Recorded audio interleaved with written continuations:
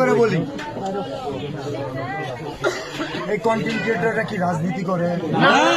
তাদের ভিতরে এত দলাদলি কেন থাকে?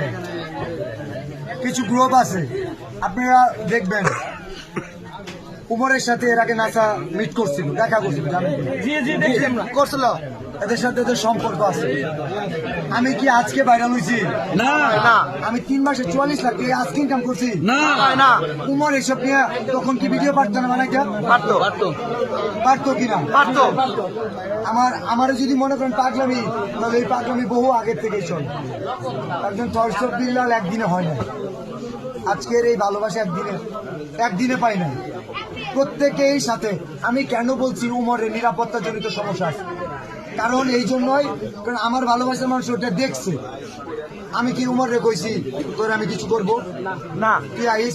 এইবারও কিন্তু আমি খুব সুন্দর ভাবে বললাম, জুয়েল বাইরে বললাম যে বাইরে কোনো চ্যালেঞ্জ না, এটা আহ্বান, এটা অনুরোধ, আপনারা আসেন একসাথে কাজ করি। নাসা ভাই, জুয়েল ভাই, আমাদের ইচ্ছা ছিল আমরা একসাথে এই গরিবপুরে আলালেন ভাই আমরা মানবিক কাজ করবো, মাইমি সিং বিভাগের আমরা মানব, তাই না? কিন্তু আসলে নিতে পারে না কেন ভাই? একজন চর্চক বিল্লাল কার কোনো ক্ষতি করছে না, বলতে পারবা না। আমি তাহলে প্রত্যেকটা জায়গায় আঙুল দেয়, প্রত্যেকটা জায়গায় আঙুল দেয়। নাসার যে স্টিকটা বের করলো, যে চর্চক বিল্লাল তার পাম্প পর্যন্ত যাইতে পারে,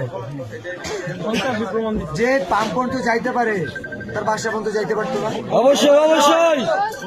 হাতে গোনা 10-15টা মানুষ ছিল। আমি তো এমনি ঘুরলে আমার সাথে 50-100 মানুষ থাকে।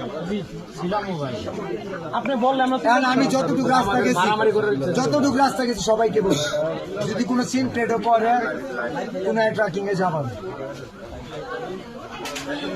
কারণ গায়ের যুগ দেখাচ্ছে, ভালোবাসার যুগ দেখাচ্ছে। এত হাডাম 10 লাখ টাকা ম্যানেজ করে, নাইলে নিজের পকেট থেকে দেখো। পারবো না ভাই।